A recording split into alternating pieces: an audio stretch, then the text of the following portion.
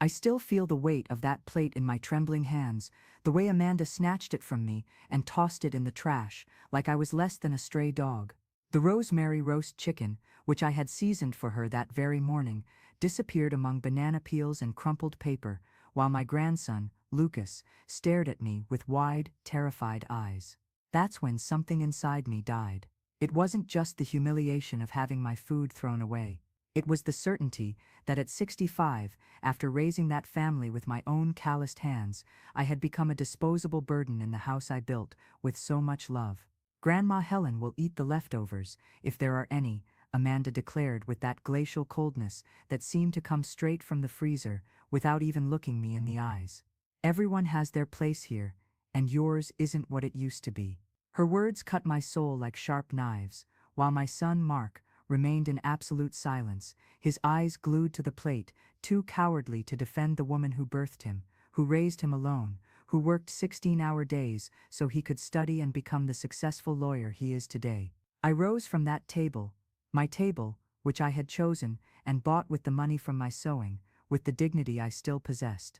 I walked to the small back room they had granted me in my own house, and it was there, between the walls I had painted sky blue, because I always dreamed of having peace in old age, that I understood the magnitude of the betrayal I was experiencing. I didn't cry that night.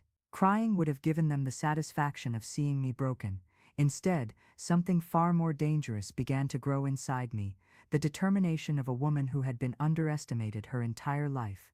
I'll go back to the beginning, so you understand how I arrived at this moment of absolute humiliation. My name is Helen Rodriguez, and for 43 years I was married to Robert, a good man who died too young, a victim of a heart attack at 52.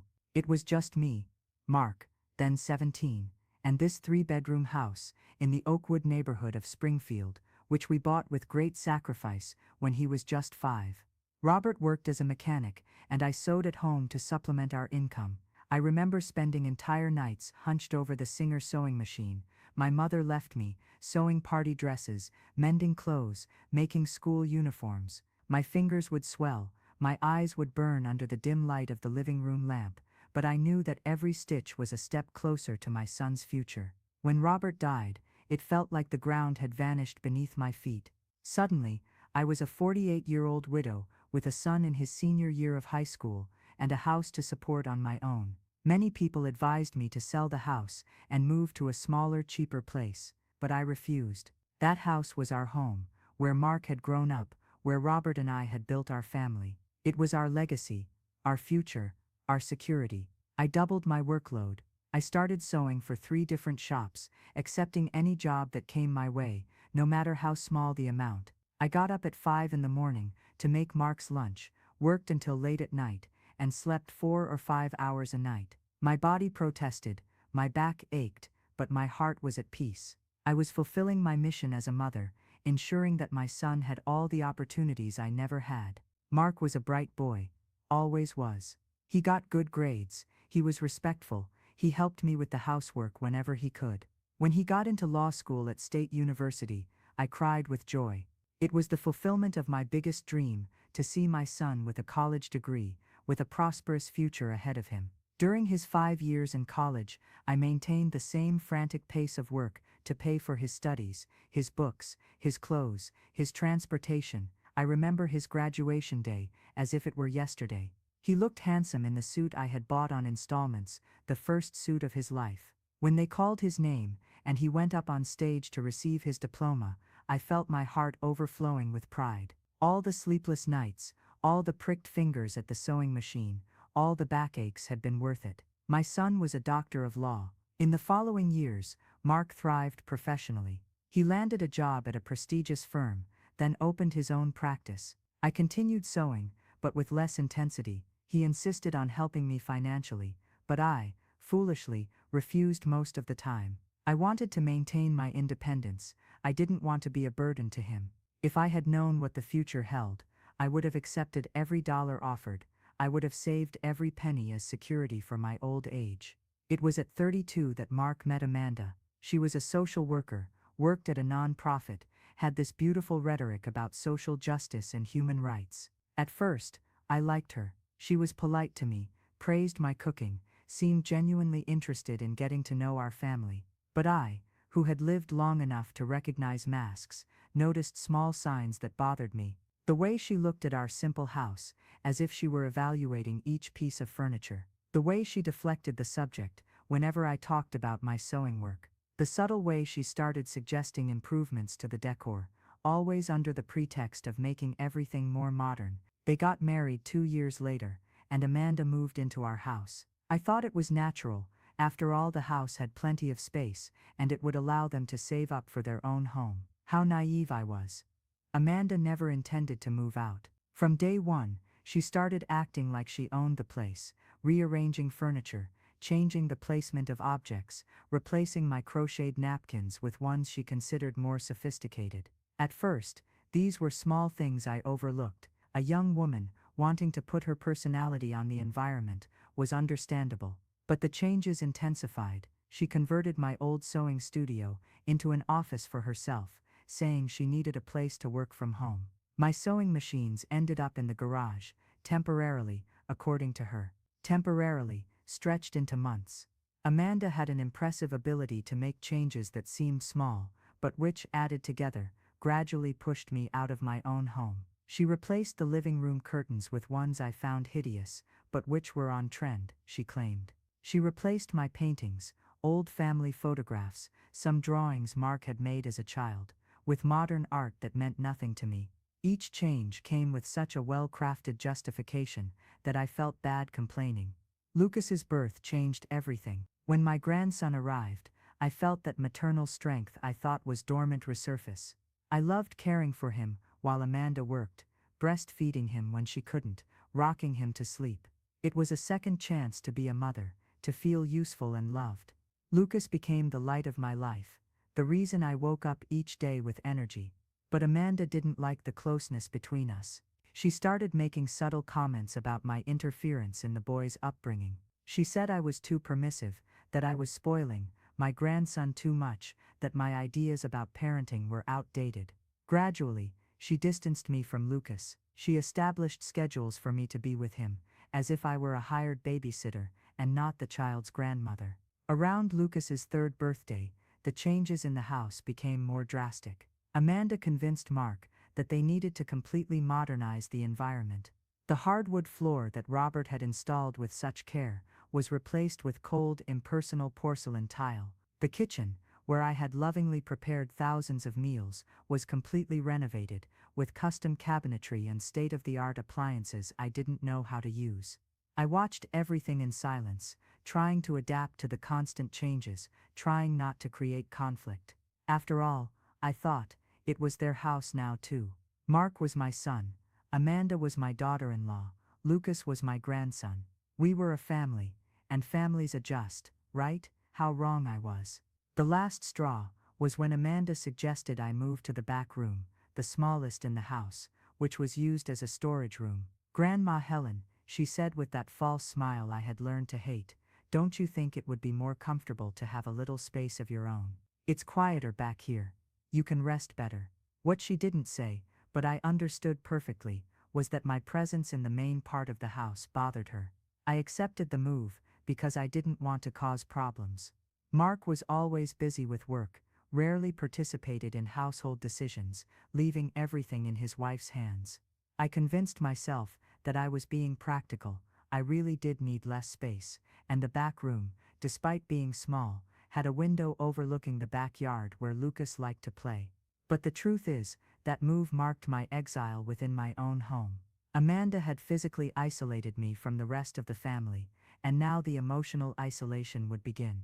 Meals, which were always eaten together, now had conflicting times. Amanda said it was more practical that way, that everyone could eat at their own pace. What she really wanted was to remove me from the family table. Over the next 2 years, my situation gradually deteriorated. Amanda developed a cruel ability to humiliate me, subtly, always disguised as concern or practicality. She complained about the smell of my clothes, said my old lady habits bothered visitors, criticized my cooking, cleaning, and childcare methods. Everything was always said with a smile and false gentleness in her voice. If you reading this story, identify with situations of family disrespect, know that you are not alone. Keep following these accounts, because together we can find the strength to face adversity and regain our dignity. Mark, my dear son, had become a stranger to me. He worked more and more, came home late, and when he did, he was always too tired to talk. On weekends, he preferred to go out with the family, Amanda and Lucas, for activities that coincidentally never included the grandmother. I stayed home alone, listening to the echo of my own footsteps in the place that was once the center of my life. Social isolation was another cruel blow. My old friends, the neighbors I used to chat with, gradually distanced themselves. Amanda spread comments about my emotional instability, said I was becoming difficult with age, suggested that I was starting to have memory problems. None of this was true, but people prefer to believe versions that don't require them to get involved in family conflicts. My health started to suffer too. I developed high blood pressure, something I'd never had before. I started having insomnia and lost my appetite. When I went to the doctor, always alone, since Amanda was too busy to accompany me, he recommended that I reduce my stress and find enjoyable activities. What a cruel joke. How can you find pleasure when you become a stranger in your own home? My relationship with Lucas also deteriorated. Amanda would invent commitments for him whenever I tried to get close to him. Swimming lessons, English classes, soccer, little friends' parties. The boy was always too busy for grandma. When we managed to be alone, he seemed distant, confused. I realized they were saying things about me to him, but a 7-year-old can't understand the complexities of adult power games.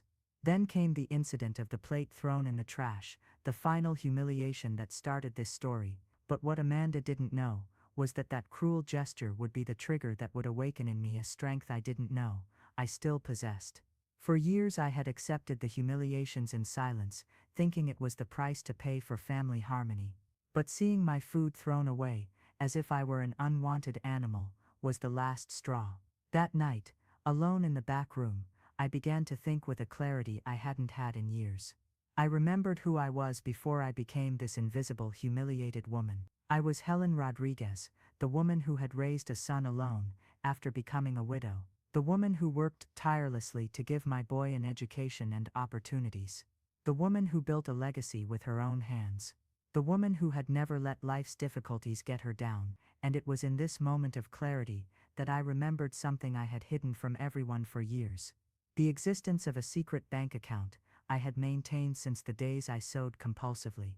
For decades, I had saved small amounts, hidden small sums left over from the money I earned sewing. It wasn't much, but it was mine. It was my secret security net, my plan B for extreme situations. And if this situation wasn't extreme, I didn't know what would be. The next morning, I woke up with unwavering determination. I put on my best clothes, carefully combed my hair, and put on lipstick for the first time in months. I left the house without explanation and went straight to the bank. On the way, I felt like a warrior preparing for the final battle. My heart was beating fast, but it wasn't from fear. It was anticipation. At the bank, I discovered that my small account had grown over the years. It wasn't a fortune, but it was enough for what I had in mind. I withdrew a significant amount of cash and went to my next destination, the property registry office. It was time to uncover some truths I had suspected for a long time. What I discovered at the registry changed everything. The house, my house, was still in my name. Despite all the renovations, all the new furniture, all the changes Amanda had made, legally the property was still mine. Robert had left everything to me in his will, and I had never transferred the property to Mark. For years they had lived in my house, spent my money, humiliated and disrespected me, without even having a legal right to it. With this bombshell information in hand, I went to my next destination, the office of a lawyer I had met through a former sewing client. Fernando was a specialist in family law and property, a serious and competent man who listened to me with attention and respect, something I hadn't received in a long time. "Grandma Helen," he said after reviewing all the documentation, "you have all the rights to the property. You can even request immediate eviction, if you wish." That wasn't what I wanted. My goal wasn't to evict my son and grandson. My goal was to reclaim my place, my dignity, the respect I was due. Together we developed a strategy. Dr. Fernando would prepare official documentation informing about the legal situation of the property, establishing new terms for living in the house. In addition, he would help me organize my finances in a way that I could have more independence and security. I returned home in the late afternoon, with a folder of documents and a plan in my head. Amanda and Mark were in the living room, discussing something in low voices. When they saw me enter, silence fell. I greeted them politely and went to my room, where I spent the rest of the night organizing my thoughts and preparing my strategy. The next morning, I woke up early and prepared a full breakfast. I set the table nicely, with the good china that Amanda had banished to the cupboard, saying it was too old for everyday use.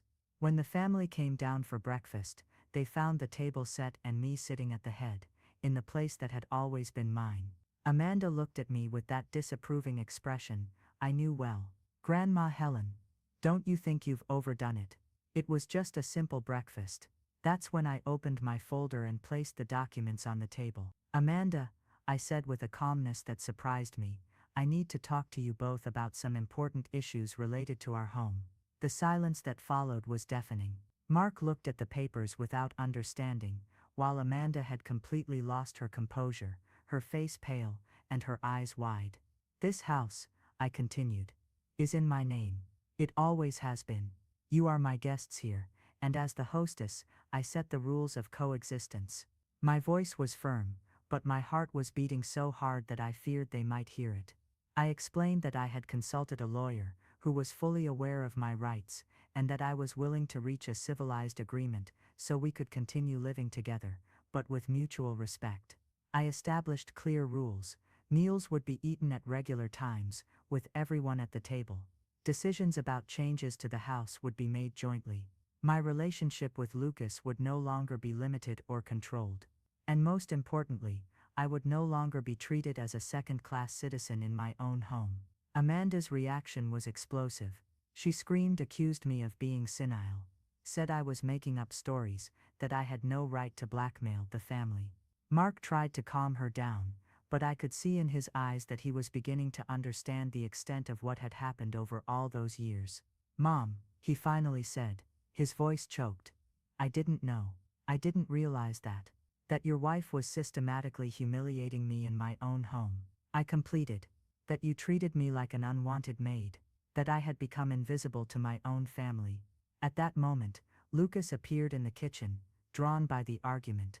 When he saw me sitting at the head of the table, with the documents spread out in front of me, his eyes lit up. "Grandma, you're back in your place," he said, running to hug me. That innocent and spontaneous hug from my grandson was the most moving moment of that whole morning. There was proof that despite Amanda's efforts to separate us, the love between us remained intact. Lucas knew, with the instinctive wisdom of children, that this was my place in the family.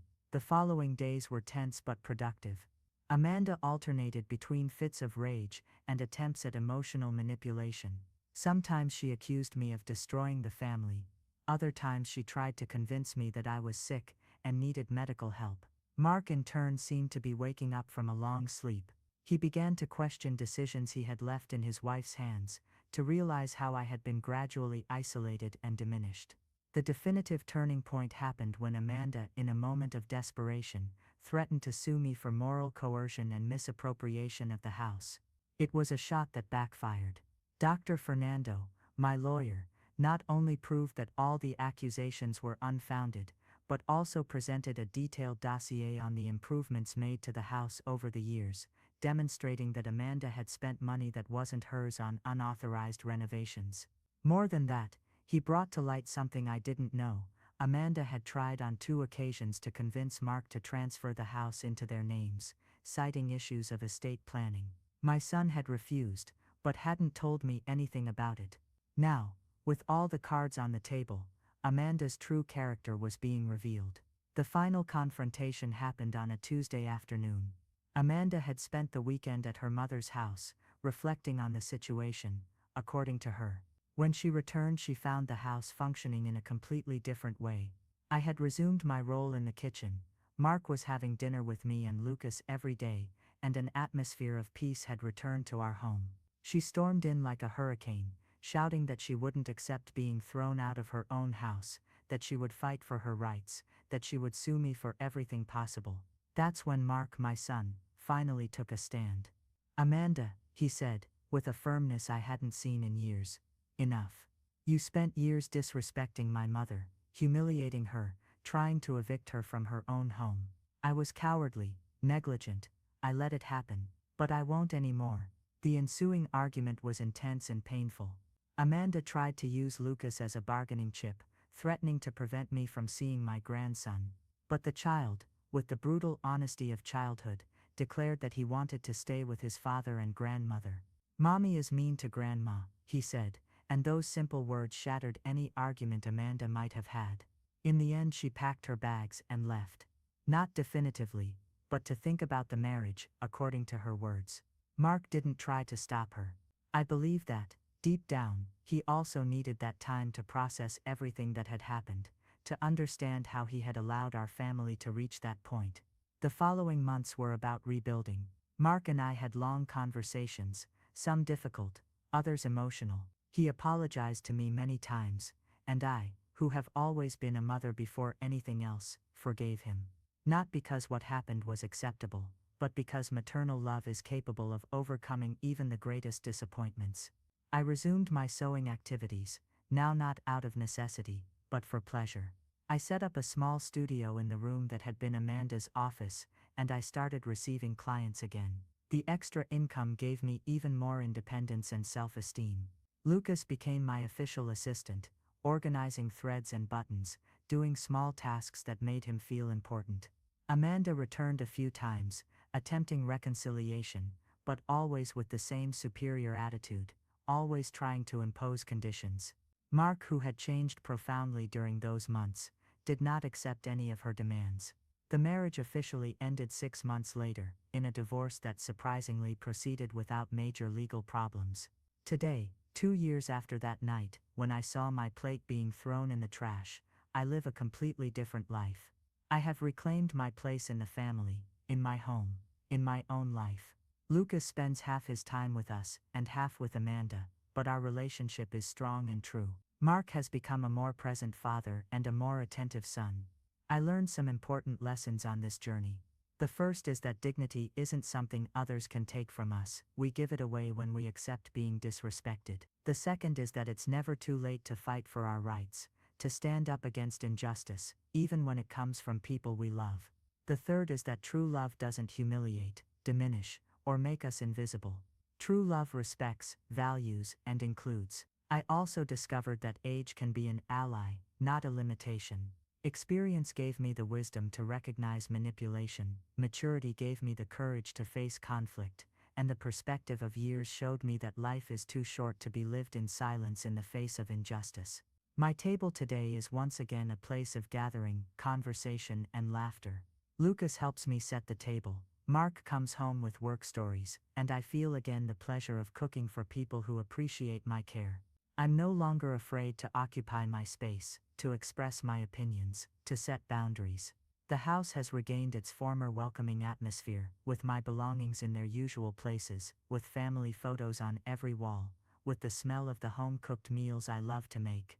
The sewing machines came out of the garage and returned to the house, proudly occupying the space that has always been theirs. Sometimes when I'm sewing in the afternoon and hear Lucas playing in the backyard, I think about how quickly our lives can change when we decide to take the reins. For years, I accepted being treated as an extra in my own story. Today, I am once again the protagonist of my life. It wasn't easy. There were moments of doubt, fear, and sadness. There were nights when I wondered if I shouldn't have continued accepting everything in silence to maintain family peace. But today, I know that wasn't peace. It was just the silence of oppression. True peace only arrived when I reclaimed my place and my voice. To all the women who identify with my story, who feel invisible in their own homes, who accept crumbs of respect from people who should love them unconditionally, I say, it's never too late to start over. It's never too late to say no to disrespect. It's never too late to remember who you are and claim your rightful place. Our place at the table isn't where others put us.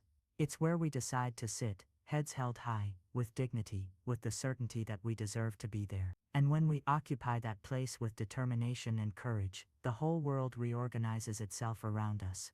Today, when I sit at the head of my table, I no longer feel the weight of humiliation or the bitter taste of injustice. I feel the taste of victory for someone who knew how to fight for her own dignity and won. I feel the peace of someone who has found her place in the world and decided never to give it up again. Life has taught me that some battles need to be fought, even when they cause us pain, even when they involve people we love, even when they seem impossible to win. Because in the end, the greatest betrayal we can commit against ourselves is accepting to be less than we are, worth less than we are worth, deserving less than we deserve. My plate will never be thrown in the trash again. Because I learned that the one who defines my worth is myself, and that worth is non-negotiable. I learned that my place at life's table doesn't depend on the generosity of others, but on my own determination to occupy it. And I learned that it is never too late to reclaim our dignity and our place in the world.